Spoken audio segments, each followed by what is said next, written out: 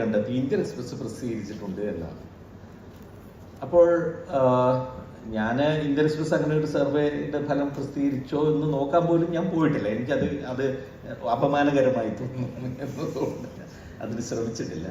അപ്പോൾ അത് സാധാരണ നിലയിൽ നമുക്കത് കണ്ട് തമാശ തോന്നി നമ്മളത് വിടുന്നു എങ്കിലും ഈ തരത്തിലുള്ള കണ്ടെത്തലുകളോ അനുമാനങ്ങളോ ഒക്കെ സാധാരണ നിലയിൽ പണ്ടൊക്കെ നമ്മൾ ഈ കേട്ടുകേൾവികൾ എന്ന പദം ഉപയോഗിച്ചുകൊണ്ട് നമ്മൾ ചില കാര്യങ്ങളൊക്കെ പറയാറുണ്ട്. ഇപ്പോഴതല്ല സംഭവിക്കുന്നത്. ഇപ്പൊ ഇതിനൊക്കെ ഒരു ശാസ്ത്രീയമായ പിൻബലമുണ്ട് എന്ന് കാണിക്കാൻ വേണ്ടി ചില റിസർച്ചുകൾ നമുക്കാർക്കും നമ്മൾ ഇതുവരെ കേട്ടിട്ടില്ലാത്ത തരത്തിലുള്ള ചില റിസർച്ചുകളും ഗവേഷണങ്ങളും അതിന്റെ പിന്നിൽ ഡാറ്റ പിൻബലവും ഒക്കെ ഇവര് തന്നെ പറയും, കണക്കൊക്കെ എടുത്ത് പറയും. ചിലപ്പോൾ എത്ര പെർസെൻറ്റേജ് ഓഫ് ആളുകൾ അങ്ങനെയൊക്കെയാണ്, അങ്ങനെ പലതരത്തിലുള്ള കണ്ടെത്തലുകൾ ഉള്ളതായിട്ട് അവർ തന്നെ പ്രചരിപ്പിക്കും. അപ്പോൾ ഇതൊരു ഉദാഹരണമായി പറയുകയാണെങ്കിൽ ഇങ്ങേ അറ്റത്ത് കിടക്കുന്ന ഉദാഹരണമാണ് എന്ന് നമ്മൾ പറയേണ്ടി വരും. പോസ്റ്റ് ട്രൂത്ത് കാലത്തെ നമ്മൾ ഈ വസ്തുതകളെയും യാഥാർത്ഥ്യത്തെയും മറികടന്നുകൊണ്ടുള്ള ഒരു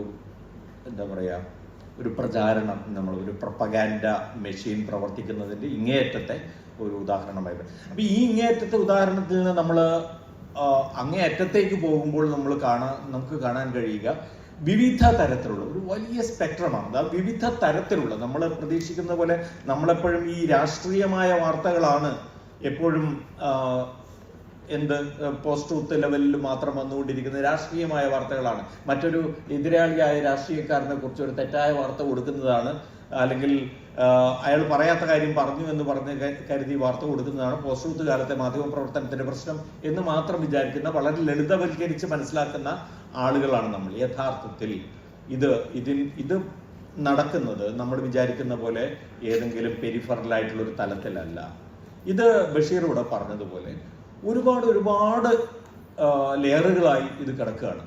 അത് യഥാർത്ഥത്തിൽ സംഭവിക്കുന്നതാണ് നമ്മൾ മാധ്യമങ്ങളിൽ കാണുന്നത് എന്ന് തിരിച്ചറിയാനുള്ള ആ യുക്തി പോലും നമുക്ക് നഷ്ടപ്പെടുത്തുന്ന ഒരു പ്രക്രിയയാണ്. യഥാർത്ഥത്തിൽ നടക്കുന്നതാണ് മാധ്യമങ്ങളിൽ വരുന്നത് എന്നത് ചിന്തിക്കുന്നില്ല, മറിച്ച് മാധ്യമങ്ങളാണ് ഇത് ഉണ്ടാക്കുന്നത് എന്ന നിലയിലേക്ക് ഒരു വിപരീത ബുദ്ധി പ്രയോഗിക്കാൻ പോലും നമ്മളെ തോന്നിപ്പിക്കുന്ന തരത്തിലുള്ള അത്രയും ഒരു സൈദ്ധാന്തിക പിൻബലമുള്ള ഒരു പ്രതിഭാസമാണ്. ദുസ്സൈദ്ധാന്തിക പിൻബലം എന്നൊക്കെ വാക്കുകൾ ഉപയോഗിക്കാമെങ്കിൽ അതാണ് ഞാൻ അതിനെ കുറിച്ച് കാണുന്നത്. അപ്പൊ അങ്ങനെ സംഭവിക്കുമ്പോൾ ഇപ്പൊ നമുക്കറിയാം, നരേന്ദ്രമോദിയുടെ മതന്യൂനപക്ഷങ്ങളെ കുറിച്ചുള്ള നിലപാടുകളെ എങ്ങനെ കാണണം, അല്ലെങ്കിൽ അതിനെക്കുറിച്ച് നമുക്കൊന്ന് മനസ്സിലാക്കണമെന്ന് കരുതി നിങ്ങളൊന്ന് ഒരു സെർച്ചിലേക്ക് പോകും. ഞാൻ പറയുന്നത് ഏതൊക്കെ തരത്തിലുള്ള സെർച്ച്, നമുക്ക് സിമ്പിൾ സെർച്ച്, ഗൂഗിൾ സെർച്ച് തൊട്ട് നിങ്ങൾ അതുമായി ബന്ധപ്പെട്ട് എഴുതപ്പെട്ട ലേഖനങ്ങളുടെ ഒരു നിര ലേഖനങ്ങൾ ഒരുപക്ഷെ ഉണ്ടാവാം. അങ്ങനെയുള്ള പലതിലേക്ക് നിങ്ങൾക്ക് പോകാം. പക്ഷെ നിങ്ങൾ ഈ പോകുന്നതിൻ്റെ ഇടയിൽ തന്നെ നിങ്ങളെ മറ്റൊരു തലത്തിലേക്ക് എത്തിക്കാൻ പര്യാപ്തമായ സംഗതികൾ നിങ്ങൾക്ക് പോപ്പപ്പ് ചെയ്തു വരും. അതായത് നിങ്ങളുടെ വഴിയെ തന്നെ തെറ്റിക്കാൻ കഴിയും വിധം, നിങ്ങൾക്ക് യാഥാർത്ഥ്യത്തിലേക്ക് ചെന്ന് അവിടെ നിങ്ങൾ എത്തരുത് എന്നതിന് പോലും വഴിയൊരുക്കും വിധമുള്ള കാര്യങ്ങൾ. ഇപ്പോ ഒന്ന് ആലോചിച്ച് നോക്കും, നരേന്ദ്രമോദി മൈനോറിറ്റീസ് എന്ന് പറഞ്ഞ് നമ്മൾ ആ സെർച്ച് തുടങ്ങിക്കഴിഞ്ഞാൽ നമുക്ക് വന്നുകൊണ്ടിരിക്കാവുന്ന അദ്ദേഹത്തിൻ്റെതായിട്ടുള്ള കോട്ടുകളിൽ ചിലത് ഒരുപക്ഷെ ഞാനൊരിക്കലും മുസ്ലിം വിരുദ്ധനല്ല, ഞാനൊരിക്കലും ഹിന്ദു മുസ്ലിം ഡിവൈഡ് ഉണ്ടാക്കാൻ ഉദ്ദേശിക്കുന്ന ആളല്ല. വീഡിയോ കാണാം. ഇതിപ്പോ നമ്മൾ പറയുന്നത് ഏതെങ്കിലും തരത്തിൽ ആരെങ്കിലും തെറ്റായി എഴുതി വയ്ക്കുന്ന കാര്യങ്ങൾ ഇങ്ങനെ വരുന്നു എന്നുള്ളതല്ല, ഇതിലുൾപ്പെടെ വീഡിയോ കാണാം. കാരണം അദ്ദേഹം അങ്ങനെ സംസാരിച്ചിട്ടുണ്ട്. അദ്ദേഹം എന്താ പറയാ ഹിന്ദു മുസ്ലിം ഐക്യമാണ് ഈ രാജ്യത്തിന്റെ ബലം എന്നൊക്കെ സംസാരിച്ചിട്ടുണ്ട്. സംസാരിക്കാത്ത ആളല്ല നരേന്ദ്രമോദി. അപ്പോ ഈ തരത്തിലുള്ള ഒരുപാട് സാധനങ്ങളിലേക്ക് നമ്മൾ അത് കൊണ്ടുപോകും. ഗവേഷകൻ എത്ര കണ്ട്, അല്ലെങ്കിൽ ഈ അന്വേഷകൻ എത്ര കണ്ട് അക്കാര്യത്തിൽ ദൃഢനിശ്ചയത്തോടെ എനിക്ക് കിട്ടേണ്ട വ്യക്തമായ ചിത്രത്തോടു കൂടിയുള്ള, അല്ലെങ്കിൽ വസ്തുതയുടെ പിൻബലമുള്ള കാര്യങ്ങളിലേക്ക് എനിക്ക് എത്തണം എന്ന എത്ര കണ്ടുള്ള നിഷേധാർഥ്യം അയാൾക്കുണ്ടോ എങ്കിൽ മാത്രമേ അയാൾക്ക് ആ വസ്തുതയിലേക്ക് എത്താൻ കഴിയൂ എന്നതാണ് ഇപ്പോഴത്തെ യാഥാർത്ഥ്യം. അപ്പോൾ അതേസമയം നരേന്ദ്രമോദി ഈ പറയുന്ന നരേന്ദ്രമോദി ഭരിക്കുന്ന കാലഘട്ടങ്ങളിൽ ഉണ്ടായിട്ടുള്ള മുസ്ലിം വേട്ട എത്രത്തോളം ഉണ്ട് എന്നതുകൂടി ചിന്തിക്കാതിരിക്കുന്നവർക്ക് ഒരുപക്ഷെ ഇത് ധാരാളമാണ്. പക്ഷേ അങ്ങനെ ചിന്തിക്കുന്ന ആളുകളെ സംബന്ധിച്ച് ആ വസ്തുതകൾ കൂടിയാണ് നരേന്ദ്രമോദി മതന്യൂനപക്ഷങ്ങളെ കുറിച്ച് എടുക്കുന്ന നിലപാട് എന്ന് പറയേണ്ടി വരും. ഉദാഹരണത്തിന് ഇപ്പൊ ഈ സർക്കാർ അധികാരത്തിൽ വന്നിട്ട്, നേരത്തെ മനില പറഞ്ഞു, ഒരു മൂന്നാമത്തെ മോദി സർക്കാർ അധികാരത്തിൽ വരുമ്പോൾ നമുക്ക് BJPക്ക് തനിച്ചു ഭൂരിപക്ഷം ഇല്ല. അതുകൊണ്ട് തന്നെ നമുക്ക് സഖ്യകക്ഷികളുടെ സമ്മർദ്ദം കൊണ്ട് ഒരുപക്ഷെ കുറെ കൂടി ആ പറയുന്ന തരത്തിലുള്ള വളരെ അഗ്രസീവായ ഹിന്ദുത്വ അജണ്ടയിലേക്ക് അവർക്ക് പോകാൻ കഴിയില്ല എന്ന് നമ്മൾ പ്രതീക്ഷിക്കുന്നുവെന്നാണ്. ഈ വർഷം ഓഗസ്റ്റ് 14 വരെ മതന്യൂനപക്ഷങ്ങൾക്ക് നേർക്ക് എത്ര ആക്രമണങ്ങൾ നടന്നിട്ടുണ്ട് എന്ന് ചോദിച്ചു കഴിഞ്ഞാൽ നമ്മുടെ മനസ്സിൽ എന്തെങ്കിലും ഒരു സംഖ്യ കടന്നു വരുന്നുണ്ട്. നിങ്ങളുടെ എല്ലാവരുടെയും മനസ്സിൽ ഈ വർഷം മാത്രം ഓഗസ്റ്റ് 14 വരെ ഒരു സംഖ്യ കടന്നു വരൂ? ഇല്ല. കാരണം നമ്മൾ അങ്ങനെ ഒരു കാര്യത്തെക്കുറിച്ച് നമ്മൾ അങ്ങനെ ഒരു സംഖ്യ നമ്മൾ അന്വേഷിച്ചിട്ടില്ല. നമ്മുടെ ഈ പറയുന്ന തരത്തിലുള്ള ഡിസ്കോഴ്സിൽ എവിടെയോ അത് ഇപ്പൊ വേണ്ടി വന്നിട്ടില്ല. ഒരുപക്ഷെ കഴിഞ്ഞ മോദി സർക്കാർ വരെയുള്ളത് നമ്മൾ കണ്ടിട്ടുണ്ടാകാം, നമ്മൾ അന്വേഷിച്ചിട്ടുണ്ടാകാം. ഈ ഇലക്ഷൻ പീരീഡ് എത്തുന്നത് വരെയും പല കാര്യങ്ങൾക്ക് വേണ്ടിയും നമ്മൾ ഒരുപക്ഷെ അത് പരിശോധിച്ചിട്ടുണ്ടാകാം, നമുക്ക് ആ സംഖ്യ കിട്ടിയിട്ടുണ്ടാകാം.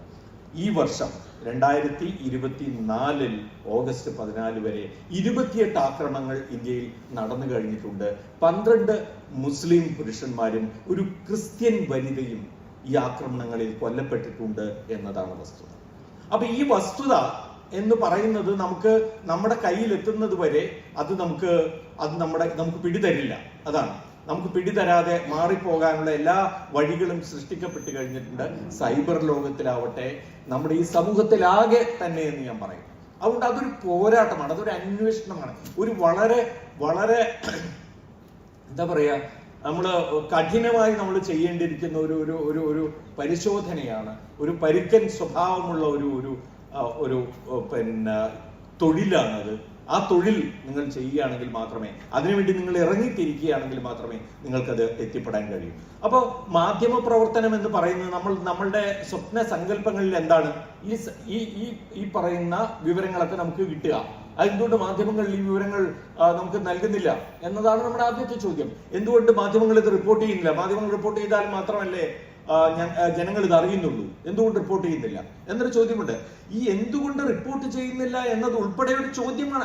അതിനുൾപ്പെടെയാണ് മാധ്യമങ്ങൾ ഇരയായിക്കൊണ്ടിരിക്കുന്നത് എന്നത് നമ്മൾ കാണാതിരിക്കുമ്പോഴാണ് ആ പ്രശ്നം വരുന്നത്. അപ്പോൾ ബഷീർ അദ്വാൽ കൃത്യമായി പറഞ്ഞു, ഒരു പൊളിറ്റിക്കൽ സിസ്റ്റത്തിനകത്ത് നിങ്ങൾ ഏത് തരത്തിലുള്ള പൊളിറ്റിക്സിലൂടെയാണ് കടന്നു പോകുന്നത് എന്നത് നിങ്ങളെ നിയന്ത്രിക്കുന്ന, നിങ്ങളുടെ എല്ലാ തരത്തിലുള്ള ആക്ടിവിറ്റിയെയും നിയന്ത്രിക്കുന്ന ഒരു സംഗതിയായി മാറുമ്പോൾ അത് റിപ്പോർട്ട് ചെയ്യപ്പെടുന്നില്ല. മാധ്യമങ്ങൾ സ്വാഭാവികമായും ആ തൊഴിൽ എന്നതിന്റെ ഏറ്റവും പരമമായ ഒരു ലക്ഷ്യം മുൻനിർത്തി പ്രവർത്തിക്കാൻ കഴിയും വിധമല്ല മാധ്യമങ്ങളുടെ ഇന്നത്തെ ഏത് തരത്തിലുള്ള അതിന്റെ ഒരു സ്വരൂപവും. നിങ്ങൾക്കറിയാം, ഇപ്പോ കോർപ്പറേറ്റുകൾ നേരിട്ട് കൈകാര്യം ചെയ്യുന്ന ഇൻവെസ്റ്റ്മെന്റ്, അവരുടെ മാത്രം ഇൻവെസ്റ്റ്മെന്റിലൂടെ പ്രവർത്തിക്കുന്ന മാധ്യമങ്ങളുടെ എണ്ണം പെരുകി വരികയാണ്. സാധാരണ മനുഷ്യന്മാരായ അല്ലെങ്കിൽ ഒരു എന്താ പറയാ, ഒരു നല്ല തരത്തിലുള്ള ഒരു മാധ്യമ പ്രവർത്തനം എന്നെങ്കിലും പണം വേണം. പണം യാതൊരു സംശയവുമില്ല, പണം വേണം. അപ്പൊ അതിലെ ആ മുതൽ മുടക്കിക്കൊണ്ടാണെങ്കിൽ പോലും ഒരു വലിയ മുതലാളി ആയിക്കോട്ടെ, ഞാൻ പറയുന്ന ഒരു ധനികനായിക്കോട്ടെ, അതിൽ പണമിറക്കുന്നു, എന്നിട്ട് നമുക്ക് അത്യാവശ്യം കുഴപ്പമില്ലാത്തൊരു മാധ്യമ പ്രവർത്തനം നമുക്ക് നടത്തണം എന്ന് വിചാരിക്കുന്ന ആളുകളുടെ എണ്ണം പോലും ഇനിയിപ്പോൾ പ്രസക്തമല്ലാതെ വന്നിരിക്കുന്നു. ഇപ്പോഴെന്താണ്? അസാമാന്യമായ കോർപ്പറേറ്റ് മൂലധനത്തിന്റെ ഒഴുക്കാണ് മാധ്യമങ്ങളുടെ ഇൻവെസ്റ്റ്മെന്റ് ലെവലിൽ നിങ്ങൾ മനസ്സിലാക്കുക. അതിനോട് ഇനി മത്സരിക്കുക എളുപ്പമല്ല. അതിനോട് ഇനി ആർക്കും മത്സരിക്കാൻ കഴിയില്ല.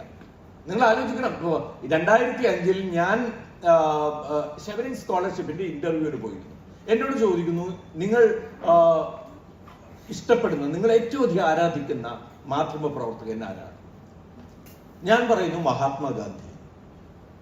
അപ്പോ നിങ്ങളുടെ ഉള്ളിലുള്ള ഏറ്റവും പരമമായി നിങ്ങൾ ഏറ്റവും ഇഷ്ടപ്പെടുന്ന ആശയം എന്താണ്? ഞാൻ പറയുന്നു പീസ് എന്നതാണ്, സമാധാനം എന്നതാണ്. അപ്പൊ ഇതൊക്കെ എനിക്ക് അന്ന് പറയാൻ തോന്നിയത്, ഞാൻ വിചാരിക്കുന്നത് ആ ഷെവറിംഗ് സ്കോളർഷിപ്പ് എനിക്ക് കിട്ടുന്നില്ല, അത് പിന്നെ വേറെ പോട്ടെ.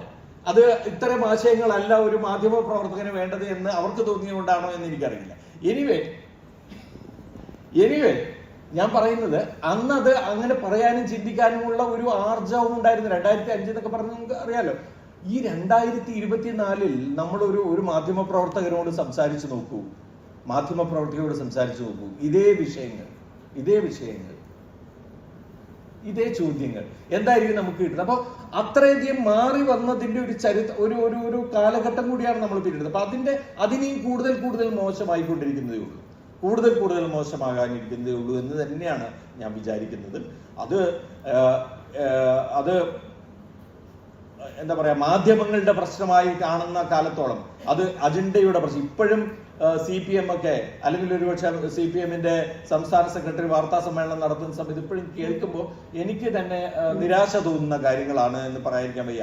മാധ്യമങ്ങൾ അജണ്ട വെച്ച് പെരുമാറുന്നു, മാധ്യമങ്ങൾ മുതലാളിമാരുടെ അവരുടെ അജണ്ട വെച്ച് കാര്യങ്ങൾ ചെയ്യുന്നു എന്നൊക്കെ പറയുന്ന സ്ഥലത്ത് നിന്ന് നിങ്ങൾ മാധ്യമങ്ങളിൽ സംഭവിച്ചുകൊണ്ടിരിക്കുന്ന, അല്ലെങ്കിൽ ആ ഒരു ഏരിയയിൽ നടക്കുന്ന രാഷ്ട്രീയത്തിന്റെ ചലനങ്ങൾ, അതിന്റെ ആഴങ്ങൾ മനസ്സിലാക്കാതിരുന്നു കഴിഞ്ഞാൽ ഇതൊന്നും നമുക്ക് എളുപ്പത്തിൽ നമുക്ക് ഉൾക്കൊള്ളാൻ കഴിയുമെന്ന് എനിക്ക് തോന്നുന്നില്ല. ഞാൻ കൂടുതൽ കാര്യങ്ങൾ പിന്നീട് പറയാം.